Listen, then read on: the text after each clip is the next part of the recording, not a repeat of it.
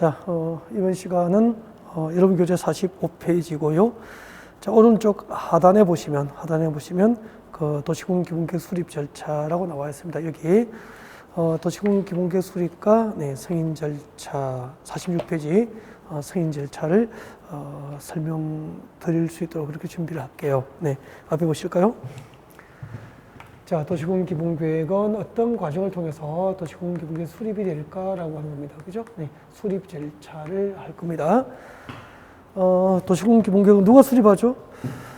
도시공 기본계획은 도시와 군 관할 구역에 대해서 장기적인 발전 방향을 제시하는 도시공 기본계획이기 때문에 도시적은 시장이 수립하고 군적은 관할, 군수가 수립합니다. 라고 했죠? 네, 그래서 자, 도시공 기본계획은 누가 수립하죠? 특별시장, 광역시장, 그리고 세종특별자치시장, 제주특별자치도지사, 그리고 시장 군수가 도시공 기본계획을 수립합니다. 라고 했고요. 예외가 있다, 없다? 없다. 그죠? 예외 없이 오직 관할 시장 군수가 수립하게 돼요. 그때, 특별시, 광역시, 특별자치시, 특별자치도, 즉, 광역자치단체장이 수립한 도시공 기본계획은 승인에 관한 규정이 없습니다. 없지만 시장 군수가 수립한 도시공 기본계획은 관할 도지사 승인을 받죠. 관할 도지사 승인을 받아야 한다. 이렇게 되는 거죠. 자, 그러면은 만약에 이제 우리 서울에서 도시공 기본계획 수립하면은 서울시장은 어떤 과정을 통해서 도시공 기본계획 수립을 하게 될까요? 세 가지 단계를 거쳐서 도시공 기본계획 수립하게 됩니다. 제일 먼저 기초조사입니다. 이런 교재 보시면 되죠. 기초조사를 하게 되죠. 기초조사. 그리고 두 번째는 공청회를 개최합니다. 공청회를 개최해서 주민과 전문가로부터 의견을 듣습니다. 공청회를 개최해서 주민과 전문가의 의견을 들어야 됩니다. 공청회를 개최해서 주민과 전문가의 의견을 들어야 한다. 의견 청취. 그래서 도시공 기본계획 수립할 때 주민 의견 청취 절차는 공청회를 통해서 이루어지게 됩니다. 기억하셔야 되고요. 그 다음에 자, 시장 군수가 도시공 기본계획 수립할 때는 시군에 있는 지방의회 의견을 듣습니다. 지방의회 의견 청취. 지방의회 의견을 들어야 되죠. 의견 청취. 이렇게 해서 모두 몇 단계죠? 그렇죠. 세 가지 단계를 거쳐서 도시공 기본계획을 수립하게 돼요. 앞 시간에 말씀드렸죠. 광역도시계획과 도시공 기본계획 수립 절차는 매우 유사하다. 같습니다. 그래서 이렇게 세 가지 단계를 거쳐서 광역도시계획과 도시공 기본계획 수립되는 거죠. 자, 그래서 우리 도시공 기본계획 수립할 때는 광역도시계획 수립할 때 기초조사를 하여야 한다라고 하는 법률 규정을 그대로 준용을 합니다. 광역도시계획 수립할 때 기초조사에 관한 규정이 그대로 준용되고요. 광역도시계획 수립할 때 기초조사를 하여야 한다는 법률 규정이 준용되기 때문에 이때 기초조사는 의무사항이에요. 하여야 한다. 조사, 측량, 하여야 한다. 그렇게 돼요. 그러면 이제 기초조사가 뭐냐면 이런 얘기죠. 한번 봐요. 여러분. 아까 서울시 도시군 기본계획에서 서울시의 도시 공간 구조가 계획이 되잖아요. 자, 이 지역은 장기적으로 이 지역은 주거 공간을 이쪽에 배치할 거야 라고 하는 거죠. 그 다음에 이 지역은 녹지 보존을 위한 공간을 할 거야. 녹지 보존을 위한 공간을 이쪽에 배치할 거야.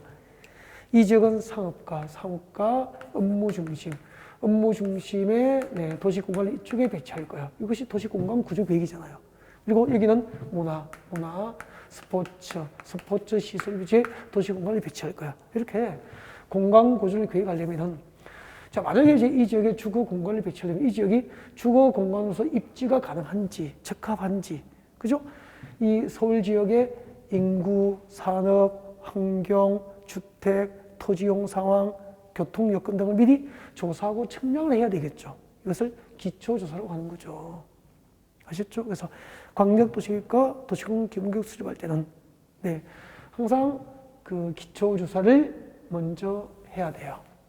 그리고 도시공 기본계획 수립을 위한 기초조사에는 의무적으로 두 가지를 포함시킵니다. 두 가지를 포함시켜야 돼요. 자, 이 두 가지가 뭐냐면은 토지 적성 평가하고 재해 취약성 분석이죠. 토지 적성 평가와 재해 취약성 분석에 관한 사항을 기초조사에 반드시 의무적으로 포함을 시키도록 합니다. 기억하셔야 돼요. 자, 여러분 교재 45페이지 봅니다. 45페이지 맨 밑에 봅니다. 맨 밑에 동그라미 2번 보세요. 동그라미 2번에 읽어볼까요? 시도지사 시량구수는 기초조사 내용에 국토교통부 장관이 정하는 바에 따라서 실시하는 토지의 토양, 입지, 활용 가능성 등 밑줄 긋죠. 토지 적성 평가 밑줄 거예요. 토지 적성 평가하고 그다음에 밑줄 긋죠. 재해 취약성 분석 밑줄 거예요. 이 두 가지를 기초조사에 의무적으로 포함시켜야 돼요. 자, 이게 원칙인데 예외가 있습니다. 예외. 자, 책장 넘겨봅니다. 넘겨보면은 자, 동그라미 3번. 도시군 기본계획 위반일로부터 5년 이내에 토지적성 평가 등을 이미 실시를 했다면은 네, 토지적성 평가나 재해 취약성 분석을 아니할 수도 있다는 거죠. 네. 여러분 교재 46페이지죠. 네, 46페이지 왼쪽 상단에 보면은 네, 나와 있습니다. 그죠? 그래서 도시군 기본계획 수립을 할 때는 제일 먼저 기초조사를 하는데 광역 도시계획 수립할 때 기초조사를 하여야 한다는 법률 규정이 그대로 준용된다. 그리고 기초조사는 두 가지가 포함되게 되죠. 토지 적성 평가, 토지 적성 평가에 관한 사항이라든지 그리고 재해 취약성 분석에 관한 사항을 의무적으로 포함시켜야 됩니다. 즉 주거 공간을 세우면서 이쪽에 공간 구조를 배치하기 위해서 이 지역은 주택 입지로서 토지 적성이 맞는지, 그 다음에 이 지역은 산사태라든지 홍수 피해 등 자연재해에 취약한 지역이면 안 되잖아요. 그래서 기초조사 단계에서 재해 취약성 분석을 이미 하라는 거죠. 단 도시군 기본계획 위반일 5년 전 이내에 이미 토지적성 평가를 했거나 재해 취약성 분석을 했다면은 토지적성 평가 그 기초조사 내용에 토지적성 평가나 재해 취약성 분석에 관한 사항을 포함하지 아니할 수도 있다. 그렇게 되는 거죠. 네. 자, 그다음에 광역도시계획과 도시군 기본계획 수립할 때 그 수립 절차는 유사하다고 했으니까 광역도시계획과 도시군 기본계획 수립할 때는 공청회를 개최합니다. 공청회를 개최해서 주민과 전문가로부터 네, 의견을 의무적으로 들어야 돼요. 의무적으로 들어야 되고 그다음에 지방의회, 도시군 기본계획 수립할 때는 지방의회로부터 의견을 드려야 되는 거죠. 그러면은 서울시 도시군 기본계획 수립할 때는 서울시 의회의 의견을 듣도록 하고 있죠. 그래서 서울시 의회를 통과해야 되는 거죠. 그래야 도시군 기본계획이 확정이 되는 거예요. 수립이 되는 거예요. 자, 이렇게 기초조사하고 공청회 개최하고 해당 지방의회 의견을 들어서 도시군 기본계획 수립되면은 특별시장, 광역시장, 특별자치시장, 특별자치도에서 수립한 것은 네, 이 수립된 도시군 기본계획이 일정한 절차를 거쳐서 바로 확정돼요. 확정되고 시장소 수립한 것, 시장구서 수립한 도시군 기본계획은 네, 관할 도지사로부터 승인을 받아야 되는 거죠. 네. 시장군서 수립한 도시군 기본계획은 승인, 누구에게 승인 받죠? 관할 도지사. 그 다음에 특별시장, 광역시장, 특별자치시장, 특별자치도지사, 즉 광역자치단체장을 수립한 도시군 기본계획은 네, 승인 절차 없이 바로 확정을 하게 되는 거죠.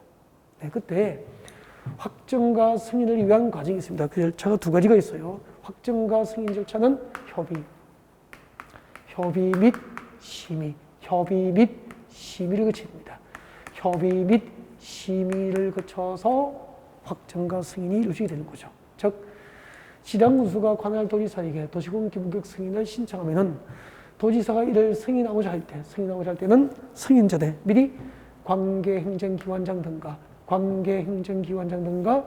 승인에 관하여 사전 협의해야 되고요. 그리고 지방도시계획위원회, 도에는 도시계획위원회가 지방이잖아요.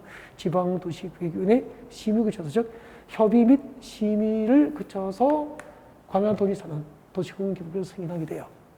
그리고 특별시장, 광역시장, 특별자치시장, 특별자치도지사가 도시군 기본계획을 수립하고 변경을 확정하려면 수립과 변경을 위해서는 관계행정기관장과 미리 협의하고 그리고 지방도시계획위원회 심의를 거쳐서 수립과 변경이 확정이 된다는 얘기예요. 이해가 되죠? 네. 자, 지금까지 도시군 기본계획 수립과 승인 절차를 이제 소개를 드린 거고요. 자, 여러분 교재 같이 봅니다. 여러분 교재 몇 페이지에 오시냐면은 이번에는 자, 여러분 교재 48페이지예요.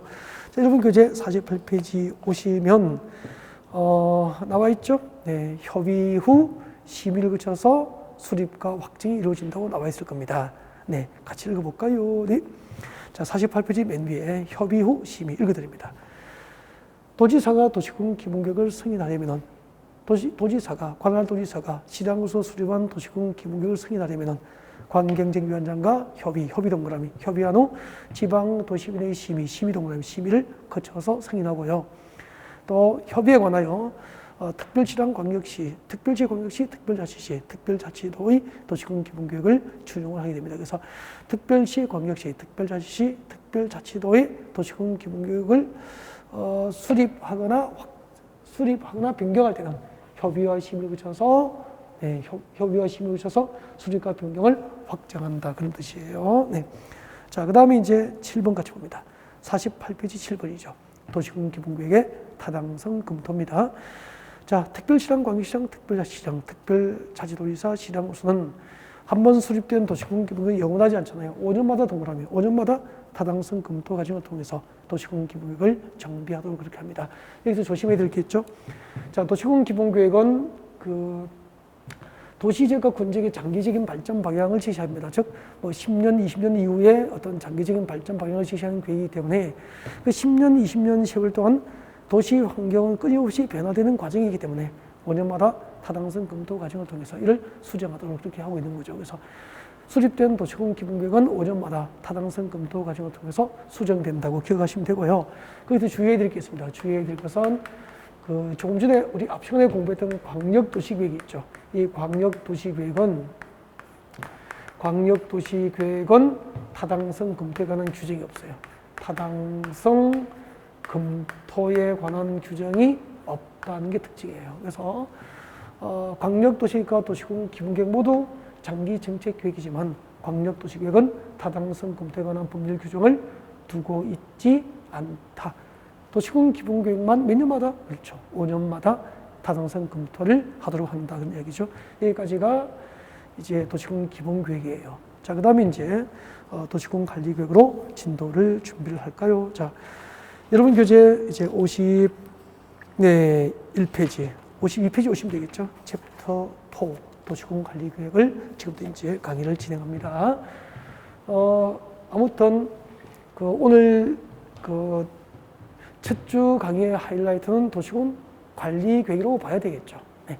자, 지금부터 이제 도시군 관리계획을 공부할 수 있도록 그렇게 할게요. 지금 우리는 어떤 법률을 공부하고 있죠? 국토의 계획 및 이용에 관한 법률, 국토계획법을 공부하고 있고요. 국토계획법의 핵심 주제는 국토계획이죠. 자, 이 국토계획의 체계를 공부하고 있는 거죠. 자, 제일 위에 국토종합계획이 있습니다. 우리나라 국토정보를 2040년까지 어떻게 개발할 것인지 국토정보를 대상으로 이제 국토종합계획이 수립되어 있고요. 그 다음에 이제 광역계획은 단위로 무엇이 수립되어 있죠? 광역도시계획이 수립되어 있죠. 광역도시계획이 수립되어 있죠. 국토종합계획 그리고 광역도시계획이 수립되어 있습니다. 그리고 광역도시계획이 수립된 지역이라면 여기에 부합될 수 있도록 한 개의 도시나 군 단위로 다시 국토가 계획됩니다. 그것을 도시군 계획이라고 하는 거죠. 도시군 계획이라고 하고 그 도시군 계획에는 두 가지가 있죠. 도시군 계획에는 도시군 기본계획이 있습니다. 도시군 기본계획과 그리고 도시군 관리계획이 있는 거죠. 도시군 기본계획과 도시군 관리계획이 있는 거죠. 자, 지금까지 저희들은 광역도시계획과 광역도시계획을 수립한 단위, 광역계획을 학습했죠. 그 다음에 이제 도시군 계획 쪽에서 도시군 기본계획까지 진도가 나온 거고요. 자, 이번 시간은 이제 도시군 관리계획을 학습할 수 있도록 그렇게 준비를 합니다. 자, 도시군 관리계획이 뭐죠? 광역도시계획과 도시군 기본계획이 수립된 지역에서는 그 광역도시계획과 도시군 기본계획에 부합될 수 있도록 도시지역과 군지역을 관리하기 위해서 다음 6개의 정책으로 입안하고 결정할 수 있는 행정계획이 도시공간관리계획이다라고 했잖아요. 그래서 지금 여러분 교재 그 기본서 52페이지 보면은 도시공간관리계획 내용이 몇 개로 나와 있죠? 6개. 동그라미 1번부터 6번을 내용으로 하는 행정계획이 도시공간관리계획으로 했고요. 일단 부동산 국부를 공부할 때 여러분이 가장 처음으로 암기를 해야 될 거. 진짜 이거는 뭐 필수다, 필수. 반드시 여러분이 자연스럽게 기억을 말할 수 있게 준비를 해야 될 부분이 도시공간관리계획 내용 6개를 암기하는 거예요. 그래서 뭐 필수죠. 출제가 자주 이루어집니다. 자, 도시공간관리계획에 의해서 도시적과 군적의 토지에다가 용도지역과 용도지구, 용도지구, 그리고 용도구역, 용도구역을 지정하고 지정된 것을 변경할 수 있다고 했습니다. 네. 그리고 도시공간관리계획으로 기반시설 설치, 정비, 개량을 결정합니다. 기반시설 설치, 정비, 개량에 관한 사업을 결정합니다. 그 다음에 도시공간관리계획으로 도시개발 사업을 결정하죠. 도시개발사업가, 그리고 정비 사업을 결정하죠. 도시개발사업가, 정비 사업을 결정합니다. 네. 자, 그 다음에 다섯 번째, 도시공간관리계획으로 지구단위계획이죠. 지구단위 계획의 수립과 변경, 그리고 지구단위 계획구역의 지정과 변경을 결정을 하게 됩니다. 마지막이 뭐죠? 도시공간관리계획은 입지규제 최소구역이죠. 입지규제 최소구역의 지정과 변경, 그리고 입지규제 최소구역 계획의 수립과 변경에 관한 계획이 도시공간관리계획이다. 이렇게 했었죠. 자, 여기서 이제 이런 기출문제 하나 소개할까요? 네. 자, 여러분 봐주세요. 자, 저에게 귀를 집중하시고 잘 듣고 대답을 해봅니다. 하천을 도시지역에서 하천을 정비하는 것은 네, 하천 정비죠. 하천을 정비하는 것은 도시공관리계획이다. 오 믿겠습니까? 네, 그렇죠. 오가 되죠. 여러분, 하천은 용도지역, 용도지구, 용도구역입니까? 기반시설입니까? 기반시설이죠. 기반시설. 그러면은 청계천은 하천이잖아요. 그러니까 청계천을 복원하는 사업은 하천 정비에 해당하잖아요. 그럼 청계천 복원은 기반시설 설치 정비, 기반시설 정비에 해당되기 때문에 도시공관리계획으로 정책을 위반해서 청계천 복원 사업이 결정이 된 거예요. 그래서 도시지역에서 하천을 정비하는 것은 도시공관리계획이다. 맞잖아요. 이거 기출문제가 되죠. 그 다음에 다시 볼까요? 잘 듣고 대답해 봅니다. 그러니까 이것을 누구나 외우는데 내용에 대한 이해가 없으면 이제 문제를 맞출 수는 없잖아요. 자, 잘 듣고 대답합니다. 자, 도시 및 주거환경 정비법상 재건축 사업은 도시공관리계획에 해당한다. 오 믿겠습니까? 오죠. 재건축 사업은 도시개발 사업입니까? 정비 사업입니까? 정비 사업이죠. 이때 정비 사업은 주거환경 개선 사업과 재개발 사업과 재건축 사업. 나중에 도시 및 주거환경 정비법에서 별도로 여러분이 학습을 하게 된다라고 했죠. 그래서 도시 및 주거환경 정비법상 재개발 사업은 도시공관리계획에 해당한다. 맞게 되는 거잖아요. 그죠? 그다음에 자, 자연취락지구, 관리지역의 자연취락지구를 지정하면은 관리지역에서 자연취락지구를 지정하는 것은 도시공관리계획이다. 오 믿겠습니까? 오잖아요. 자연취락지구는 용도지구죠. 이제 그 1월 달에 처음으로 이 강의를 들으시면 모를 수도 있죠. 나중에 이제 용도지구표에서 자연취락지구, 집단취락지구를 배우게 되는 거죠. 그래서 자연취락지구는 용도지구의 지정이니까 도시공관리계획 맞죠. 이런 식으로 출제가 돼요. 그래서 자, 일단 도시공관리계획 내용을 다시 한번 더 복습해 드릴 거예요. 그러면은 지금부터 이 도시공관리계획을 누가 정책으로 입안하는지, 입안권자, 어떤 과정을 통해서 정책으로 입안이 되는지, 입안 절차, 그리고 입안된 것을 누가 정책으로 결정하는지, 결정권자, 결정된 도시공관리계획을 도시공관리계획을 결정권자가 결정할 때는 어떤 과정을 통해서 정책을 결정하게 되는지, 또 이것이 정책으로 입안을 할 때 입안권자, 결정권자, 입안 절차, 결정 절차 등을 배우게 되는 거죠. 먼저 도시공간계획을 누가 입안하게 될까요? 입안권자 볼까요? 네, 입안권자입니다. 도시공간계획의 입안권자. 누가 정책을 입안하게 될까요? 라고 하는 거죠. 입안권자입니다. 여러분. 여러분 교재 몇 페이지에 있죠? 여러분 교재 52페이지입니다. 52페이지 왼쪽 하단에 봐요. 여러분 교재 52페이지 왼쪽 하단에 보시면은 제일 밑에 보시면은 1번 도시공간계획의 입안권자 및 결정권자 여기 별표하시고요. 반드시 기억하셔야 돼요. 그럼 도시공간을 누가 입안할까? 그럼 보통 이제 여러분 입안권자를 외우려고 하잖아요. 외우지 말라는 거죠. 원리를 알면은 안 외워도 기억을 하는 거잖아. 그래서 원리를 알고 이해하여서 기억하는 게 가장 좋은 암기잖아요. 단순히 쪽지에 적어서 암기할 필요는 없는 거죠. 그럼 도시공간을 누가 입안하게 될까요? 원칙은 아니어도 돼요. 당연한 거죠. 한번 봐요. 잠깐만 설명 들어보세요. 여러분 잠깐만요. 한번 보세요. 여러분 동그라미 1번 용도지역, 용도지구, 용도구역을 새로 지정하거나 변경하기 위한 정책은 도시공관리계획으로 정책을 입안하잖아요. 누가 입안할까요? 그때 도시공관리계획과 도시공기본계획은 도시공계획이잖아요.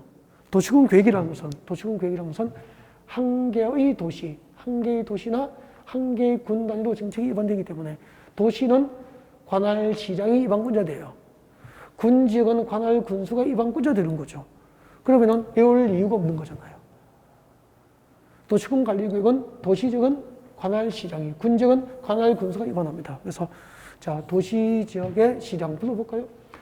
서울특별시장, 6대 광역시의 광역시장, 서울특별시장, 6대 광역시의 광역시장, 그리고 세종특별자치시장, 특시, 제주특별자치도지사, 그리고 시지역은 시장, 군지역은 군수가 입안하면서 정책을 한다는 거죠. 안 외워도 되잖아요. 이렇게 도시공관리계획은 관할 시장소가 입안함이 원칙인데, 자 예외가 있습니다. 예외적으로 자 인접시군 관할구역, 인접한 시군 관할구역 전부나 일부가 포함된 도시공관리계획을 어떻게 입안해야 될까라는 거죠. 예를 들면은 자 여러분 이게 서울이에요. 집중하세요. 서울이죠. 서울시 관할구역에서 도시공관리계획은 누가 입안하죠? 서울시장이 입안하는 게 원칙이에요. 그리고 옆에는 자 여기는 연천군이라고 그럴까요? 네, 경기도 연천군이에요. 연천군. 그럼 연천군은 군이기 때문에 군 지역에서는 군 단위는 누가 입안하죠? 관할 군수가 입안합니다. 근데 서울시 도시공관리계획 입안할 때 연천군 관할구역 일부가 포함된 도시공관리계획 입안이 가능하다는 거죠. 이렇게 인접시군 관할구역 전부나 일부가 포함된 도시공관리계획 어떻게 입안해야 될까? 이때는 관계된 시장군수 누구죠? 서울시장과 연천군수가 관계되는 시장과 군수죠. 관계되는 시장군수가 협의합니다. 관계되는 시장군수가 협의해서 공동 입안합니다. 공동으로 입안하거나 공동 입안을 하거나 관계된 시장군수와 협의해서 공동으로 입안하거나 협의해서 즉 서울시장과 연천군수가 협의해서 입안자를 정합니다. 입안할 자를 정할 수 있다는 거죠. 정확하게 기억하셔야 돼요. 인접시군 관할구역 전부나 일부가 포함된 도시공관리계획은 관계된 시장군수 협의해서 이를 공동 입안할 수도 있고 입안할 자를 정할 수도 있다는 거죠. 그 다음에 두 번째, 국토교통장관이 입안할 수도 있죠. 국토교통장관이 입안할 수도 있습니다. 국토교통장관은 중앙정부잖아. 그죠? 네, 중앙정부에서 직접 도시공관리계획 입안할 수도 있죠. 자, 여러분 교재 53페이지 오른쪽 하단에 보세요. 53페이지 중간에 보세요. 53페이지 중간에 보면은 예외에서 국토교통장관이 입안을 할 수 있는 경우가 나와 있고, 그리고 도지사가 입안할 수 있는 경우가 나와 있잖아요. 그죠? 필기할 필요가 없죠. 교재를 짚어가면서 수업 들으시면 되죠. 그래서 여러분은 필기를 최소화해야 돼요. 그러니까 교재에 있는 내용은 교재를 활용하면 되죠. 그래서 교재 페이지를 제가 가르쳐 드리니까 자 교재를 확인하면서 밑줄을 그으면서 강의를 들으시면 돼요. 이걸 필기를 하면은 스트레스 받죠, 이제. 교재에 있는 내용을 적으면서 못 따라 쓰고 못 알아보고 쳐지고 그러면 힘든 거예요. 그래서 교재를 활용해서 교재를 가지고 수험 준비할 수 있도록 하시면 되죠. 그래서 밑줄 긋고 체크하면서 강의를 들을 수 있도록 그렇게 했으면 좋겠어요. 자, 국토교통 장관이 도시공원 관리구를 위반할 수 있는 경우, 국토교통 장관이 직접 도시공원 관리구를 위반할 수 있는 경우가 몇 가지죠? 세 가지가 있는데, 그 53페이지 보면은 국토교통 장관이 위반할 수 있는 대상이 동그라미 1번 국가계획과 관련된 경우 밑줄 그으십시오. 동그라미 2번 둘 이상의 시도에 걸쳐서 지정하는 용도지역, 용도지구, 용도구역과 여기까지 밑줄 그으시면 되죠. 그 다음에 둘 이상의 시도 줄 거죠. 둘 이상의 시도에 걸쳐서 이루어지는 사업계획 중 도시공 관리구로 결정이 될 사항이 포함된 경우 여기까지 동그라미 1번과 2번 위주로 준비하시면 충분해요. 동그라미 1번 같이 볼까요? 국가계획과 관련된 경우죠. 여러분, 국가계획이라는 것은 상식적으로 자치단체가 수립합니까? 중앙정부입니까? 그렇죠. 중앙정부가 국가적인 어떤 정책 목표를 달성하기 위해서 중앙정부가 법률에 따라서 수립하는 행정계획이 국가계획이 되는 거예요. 그래서 국가계획과 관련, 중앙정부가 수립하는 국가계획과 관련되어 도시공관리가 위반될 때는 예외적으로 국토교통장이 직접 도시공관리를 위반하게 되는 거죠. 예를 들면은 여러분 그 인천국제공항이 있죠. 이제 인천국제공항은 영종도 일대 그 매립지를 대상으로 이제 인천국제공항이 만들어진 거 아니에요. 그 건설 비용이 수십조입니까? 수백조 들었습니까? 아마 100조 단위 이상 들었을 거 아니에요. 그러면은 연간 10조 내외 예산을 사용하는 정확하지 않습니다. 뭐 그냥 대략적으로 말씀드리는 거니까 10조 내외 예산을 사용하는 인천시 관할 구역이지만 인천시에서는 10조 내외 예산을 운영하면서 100조가 넘는 사업을 못하는 거죠. 그래서 인천국제공항은 중앙정부의 국가계획과 관련되어서 설치된 정책이에요. 그러면 인천국제공항 건설을 위한 도시공관리계획은 국가계획과 관련된 정책이기 때문에 국토교통장관이 직접 위반할 수 있다는 거예요. 그 다음에 두 번째는 둘 이상 시도입니다. 시도에 걸쳐서 지정하는 용도지역이죠. 시도에 걸쳐서 지정하는 용도지역, 용도지구, 용도구역 등을 두 개 이상의 시도에 걸쳐서 지정하는 용도지역 지정을 위한 정책은 어느 한쪽의 시장이나 도지사 위반을 못하니까 위에 누구죠? 국토교통장관이 위반하는 거예요. 예를 들면 이게 서울이잖아요. 서울시 밖으로 나가면 전부 경기도가 되잖아요. 서울시하고 경기도 관할구에 걸쳐서 이렇게 용도지역을 지정할 거예요. 이렇게 하면 경기도지사나 서울시장은 한쪽에서 위반을 못 하잖아. 그래서 시도에 걸쳐서 지정하는 용도지역 지정을 위한 도시공관리계획은 중앙정부가 위반을 하는 거예요, 정책을. 그 다음에 두 개 이상의 시도에 걸쳐서 시행되는 사업계획 중에서 두 개 이상의 시도에 걸쳐서 시행되는 사업계획 중 도시공관리구로 위반을 해야 될 사항이 있을 경우에는 국토교통장관이 위반하는 거죠. 즉 서울시하고 경기도에 걸쳐서 시행되는 사업이 많잖아요. 그 사업계획 중 시도에 걸쳐서 이루어지는 사업계획 중 도시공관리구로 위반을 결정해야 될 사항이 포함됐다면 그때 도시공관리계획은 어느 한쪽의 시장이나 도지사 위반을 못하니까 국토교통장관이 위반한다는 거죠. 그래서 핵심은 국가계획과 관련된 도시공관리계획이거나 두 개 이상의 시군입니까? 시도입니까? 시도. 두 개 이상의 시도 관할구역에 걸쳐서 용도지역 등을 지정하거나 두 개 이상의 시도에 걸쳐서 시행되는 사업계획 중 도시공관리계획으로 결정해야 될 사항이 포함된 경우에는 국토교통장관이 위반하는 거죠. 이해가 되죠? 이것을 수차례 인터넷 강의를 반복하면서 익숙하면 시험 치는 거죠. 이대로 나오는 거예요, 이대로. 이게 익숙해지면은 약간씩 응용하면은 응용되는 문제도 맞출 수 있는 이해력이 나오는 거죠. 그 다음에 세 번째, 도지사가 위반할 수도 있죠. 도지사. 관할 도지사가 위반할 수도 있죠. 도지사는 둘 이상. 교재 보세요. 둘 이상 시군입니다. 시군. 시도가 아니고 두 개 이상의 시군 관할구역이죠. 이때 시는 기초자치단체로서 도시를 말하는 거예요. 그러면은 예를 들면 봐요. 둘 이상의 시군에 걸쳐서 지정하는 두 개의 성의 시군에 걸쳐서 지정하는 용도지역, 용도지구, 용도구역이니까 용도지역 등 기억하면 되잖아요. 이렇게 두 개의 성의 시군, 관할, 구역에 걸쳐서 지정하는 용도지역 등 지정을 위한 도시군관리구역은 도지사가 위반하는 거죠. 예를 들면은 여러분 여기 경기도 파주시예요. 여기는 인근의 경기도 연천군이에요. 연천군. 그러면은 파주시하고 연천군 관할구역에 걸쳐서 용도지역을 지정하면은 시군에 걸쳐서 용도지역 지정하는 거잖아. 파주하고 연천에 걸쳐서 시행되는 사업계획이 있다면은 두 개 이상의 시군에 걸쳐서 두 개 이상의 시군에 걸쳐서 시행되는 사업계획이잖아요. 그 사업계획 중 도시군관리구로 결정이 될 사항이 포함된 경우에도 관할 도지사가 경기도지사가 위반한다는 거죠. 어려워요? 할만해요? 할만하죠. 이런 것을 이제 반복해서 기억하는 거죠. 반복해서 외우는 게 아니고. 그래서 설명 듣고 이해가 되면은 그 교재를 반복을 하면은 시험지를 보면 기억이 나는 거죠. 그래서 암기 노트를 만들어서 암기를 하는 게 아니고 이해를 반복해서 기억나게 만드는 거죠. 보면은 생각나면 되는 거죠. 우리가 낯선 사람을 만나면 한 번 보고, 그죠?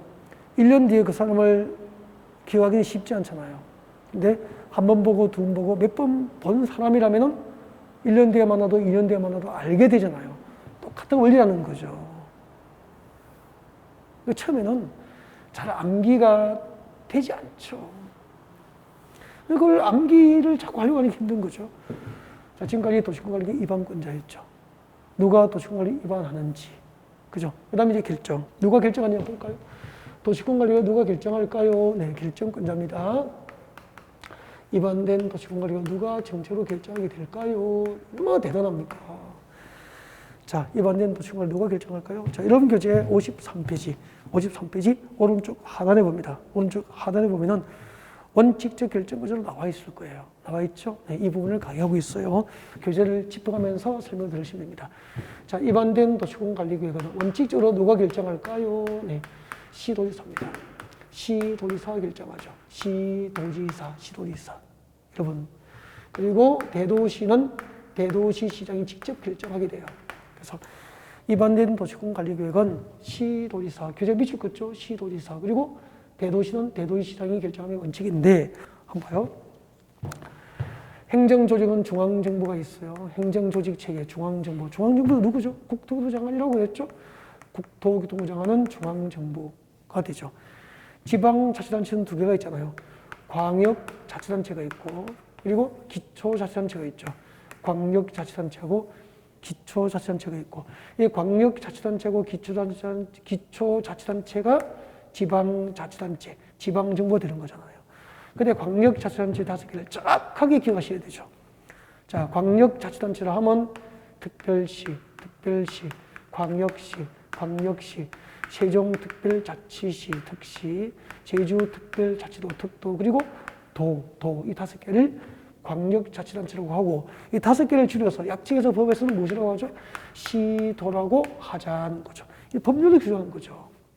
그래서 법적으로 시도라 하면 특별시, 광역시, 특별자치시, 특별자치도, 도를 말하는 도.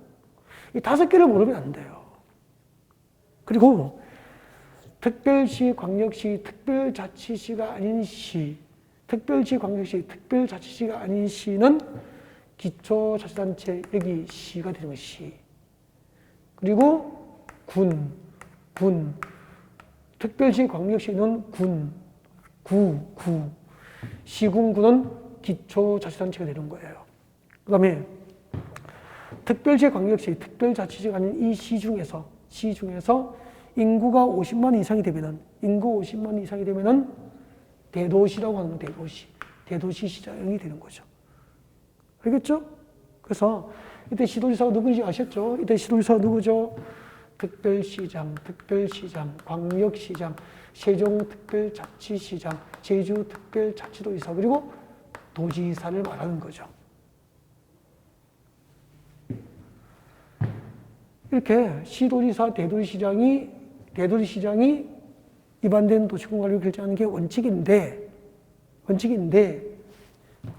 예외적으로 시량군수. 시량군수는 기초자치단체장이잖아요. 시량군수가 직접 결정할 수 있는 것도 있다는 거예요. 그때 시량군수가 직접 결정할 수 있는 것은 좀 암기가 필요해요. 중요하다는 거죠. 여러분 교재 53페이지 봐요. 53페이지. 53페이지. 자, 제일 밑에 원칙적 결정권자 읽어드릴게요.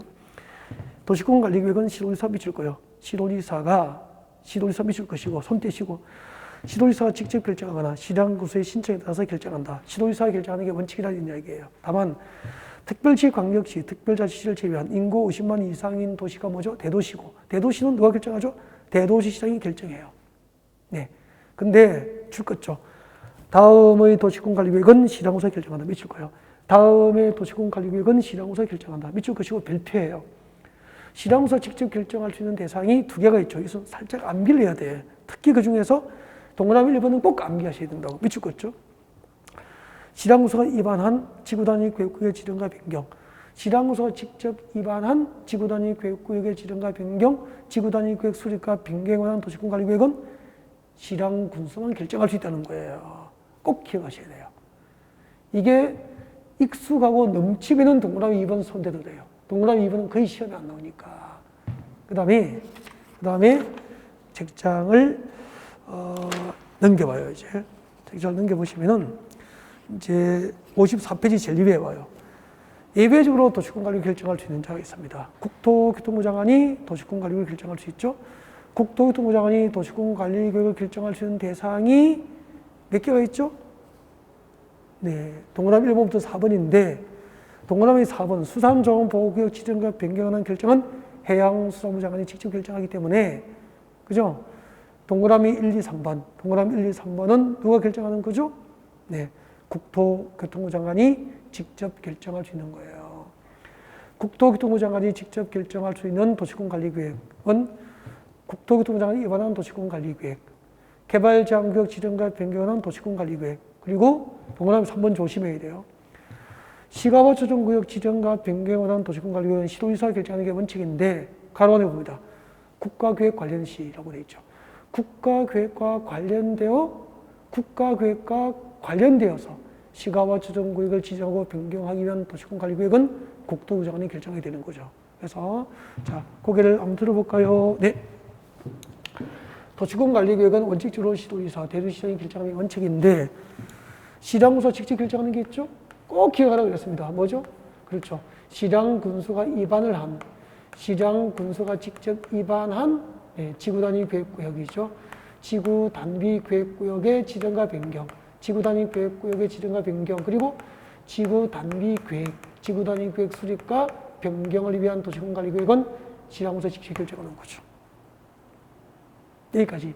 이렇게 관할자치단체장들이 입안된 도시공관리계획을 결정함이 원칙인데 예외적으로 중요한 도시공관리계획은 누가 결정하죠? 국토교통부 장관이 결정한다는 거예요. 중앙정부에서 국토교통부 장관, 즉 국토교통부 장관이나 해양수산부 장관이 결정할 수 있다는 거죠. 거기서 국토교통부 장관이 직접 결정할 수 있는 거 꼭 외워야 됩니다. 국토교통부 장관이 중앙정부가 직접 결정할 수 있는 거. 네. 1번이 어떻게 되죠? 그렇죠. 국토교통부 장관, 국토교통부 국장이 입안한 도시공관리계획은 국토부 장관만 결정할 수 있어요. 그 다음에 중요한 게 또 있죠. 개발제한구역 그린벨트입니다. 나중에 배워요. 개발제한구역 그린벨트죠. 개발제한구역 그린벨트를 새로 지정하거나 지정된 개발제한구역을 해제하기 위한 정책은 중앙정부만 결정할 수 있어요. 원리를 생각하세요. 원리를. 만약에 그린벨트 개발제한구역 지정하고 해제하는 권한을 결정권을 전국의 시도지사, 대도시장, 시량군수에게 결정권을 주면은 지역개발 명분 내세워서 도시 주변의 그린벨트와 녹지 다 풀어버리겠죠. 그러면은 그 도시민의 양호한 그 건전한 생활환경 확보를 위해서 꼭 보존해야 될 최소한의 녹지는 금방 개발 해소돼 버릴 거예요. 그래서 개발제한구역 그린벨트를 지정하고 해제하기 위한 정책 결정권은 중앙정부, 국토교통부가 움켜쥐고 있는 거예요. 시도지사에게 정책 결정권을 주지 않습니다. 그 다음에 꼭 이걸 넣어야 됩니다. 국가계획과 연계입니다. 국가계획이 빠지면 안 돼요. 국가계획과 연계된 국가계획과 연계된 시가와 조정구역이겠죠. 국가계획과 연계된 시가와 조정구역, 국가계획과 연계된 시가와 조정구역의 지정과 변경을 위한 도시군관리구역은 국토부장이 결정. 이 세 가지는 암기라고 적으세요. 암기하셔야 돼요. 근데 여기서 워낙 반복적으로 계속 문제풀이들을 다루기 때문에 따로 쪽지에 적지 않고 이렇게 기회가 될 때마다 한 두세 번씩 암기두면 돼요. 국토교통부 장관이 직접 위반한 도시군관리계획, 개발제한구역 지정과 변경을 위한 도시군관리계획, 국가계획과 연계된 시가와 조정구역의 지정과 변경은 국토부 장관이 결정할 수 있다는 거죠. 이해가 되죠? 그 다음에 수산자원보호구역의 지정과 변경은 해양수산부 장관이 결정할 수 있다. 그래서 지금까지 도시군관리구로 어떤 정책들이 정책으로 위반되는지 그것들을 누가 정책으로 위반하고 누가 정책으로 결정할 수 있는지를 공부한 거예요. 네.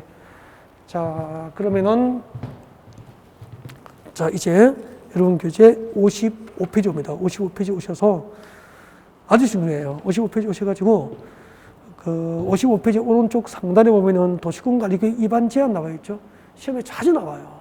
자주 나오니까 도시군관리구역 위반 제한은 별표를 하시고요. 별표를 하시고 저를 잠깐 보셔야 돼요. 잠깐 봅니다. 저에게 집중하세요. 별표 해놓은 거 잠깐만요. 여러분, 도시군관리구역으로 정책으로 위반될 수 있는 대상이 몇 개죠? 용도지역, 용도지구, 용도구역의 지정과 변경부터 입지규제 최소구역의 지정과 변경까지 6개잖아요. 이 6가지 정책 위반권은 누구에게 있죠? 도시지역은 관할 시장이 위반하고 군지역은 관할 군수가 위반한다 그랬죠. 행정청이잖아요. 인접시군 관할구역 전부나 일부가 포함된 도시군관리구역은 관계되는 시정부서와 협의해서 공동 위반할 수도 있고 위반할자를 정하기도 하잖아요. 국가계획과 관련된 도시군관리구역은 국토교통부에서 두리상의 시군에 걸쳐서 지정하는 용도, 지역 등 지정을 위한 도시군관리구역은 도지사가 위반하잖아요. 여기까지 공통점은 도시군관리구역 위반권자는 오직 행정이라는 거죠. 행정청. 도시군관리구역 위반권자는 오직 행정청만 위반권이 있어요. 오직 행정청이 하나의 위반권이 있기 때문에 비행정청인 자는 위반이 없죠. 위반권이 없죠. 그러면은 서울시민, 부산시민, 평택시민, 인천시민, 광주시민, 대전시민, 대구시민들은 그죠? 강원도 평창군 군민들은 위반권이 없잖아, 주민들은. 그래서 주민들은 이 중에서 이 6개 도시군관리구역 위반 대상 중에서 3가지는 주민이 위반을 직접 하는 게 아니고 위반권자에게 위반을 해달라고 제한하는 제도가 만들어진 거죠. 그래서 도시군관리구역 위반 제한의 주체는 행정입니까? 주민입니까? 주민들, 비행정청. 주민들이 도시군관리구역 위반을 제한할 수 있는데 3가지를 제한할 수 있죠. 여러분 교재 봅니다. 55페이지 위반 제한. 주민 동그라미 합니다. 주민이 위반 제한의 주체가 되는 거죠. 주민은 위반합니까? 제한합니까? 제한.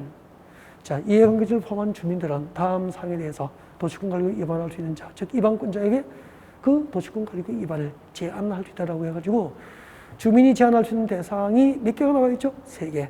3개를 암기를 하셔야 돼요. 알겠죠? 줄 거죠.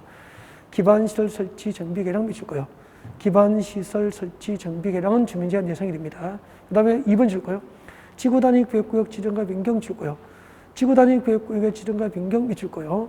그리고 동그라미 3번. 동그라미 3번에서 기억번 내려봐요.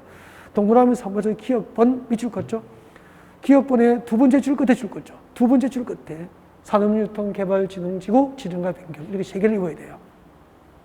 여러분, 도시군관리구역 위반을 제한할 수 있는 자는 행정청입니까? 주민들입니까? 주민들은 도시군관리구역 위반을 제한할 수 있는데 그 도시군관리구역 위반 대상 중에서 주민 제한 대상은 3가지가 있습니다.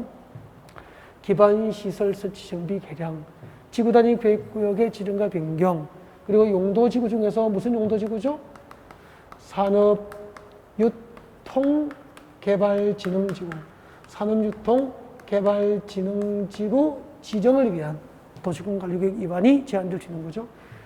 산업유통개발진흥지구 지정과 변경, 기반시설 설치 정비 개량, 지구단위 계획구역의 지정과 변경은 주민 제한 대상이 될 수 있는데, 자, 이것들을 위반권자에게 제한하려면은 그 제한서의 동의 요건이 필요해요. 그 동의 요건을 또 시험에 내죠. 56페이지입니다. 56페이지. 자주 나오니까 꼭 하셔야 돼요. 56페이지 보면은 주민 제한 대상의 동의 요건이 나와 있어요. 2번에 봅니다. 제한 시 동의 요건. 암기하셔야 돼요. 자, 동그라미 1번에 봅니다. 제한 시 동의 요건. 위 양가로 1번에 동그라미 1번이 뭐죠? 기반시설이죠. 기반시설 설치 정비 개량을 제한하려면은 여기다가 서울시장에게 여기다가 공원을 설치해 달라고 제한하려면 공원은 기반시설이잖아요. 대상 지역 토지 면적, 대상 지역 토지 면적 5분의 4 이상의 토지 소유자로부터 공원 설치를 해도 좋다는 동의서 받아라는 거죠. 그래서 기반시설 설치 정비 개량 제한은 대상 지역 토지 면적 5분의 4 이상의 토지 소유자 동의가 있어야 제한이 가능하고요.